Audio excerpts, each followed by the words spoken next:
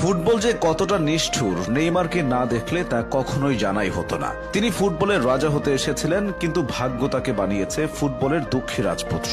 নেইমারকে ছাড়া ব্রাজিল রংহীন, আসলে তাকে ছাড়া ফুটবলটাই রংহীন।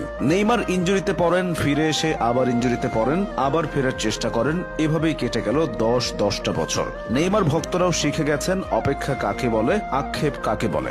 ইনজুরি মুক্ত নেইমার প্রতিপক্ষকে কি করতে পারেন তা সবারই জানা, কিন্তু প্রমাণের সুযোগই তো পান না। 2014 সাল ব্রাজিলের ঘরের মাঠে বিশ্বকাপ, হেক্সা জয়ের স্বপ্নে বিভোর ব্রাজিলের ভক্ত সমর্থকেরা। তাদের স্বপ্নের সারথি নেইমার, সব ঠিকঠাকই যাচ্ছিল। কোয়ার্টার ফাইনালে কলম্বিয়ার মুখোমুখি হয় ব্রাজিল। ম্যাচ জিতে সেমিফাইনাল নিশ্চিত করে সেলেসাওরা। তবে অন্ধকার অনিশ্চয়তায় চলে যায় তাদের যুবরাজ নেইমারের ভবিষ্যৎ। ম্যাচ জয়ে সেদিন আনন্দ উল্লাস হয়নি, বরং বিষাদের বর্ষণে ভিজেছিল সমর্থকেরা।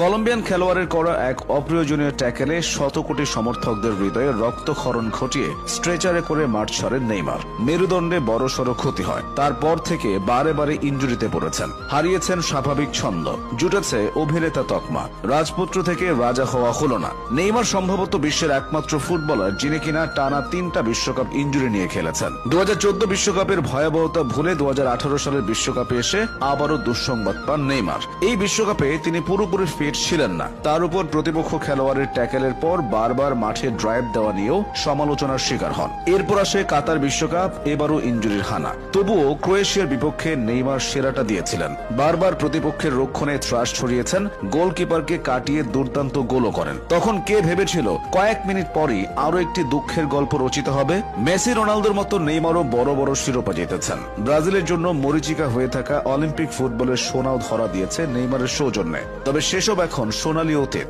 ব্রাজিলের হয়ে নেইমার বেশ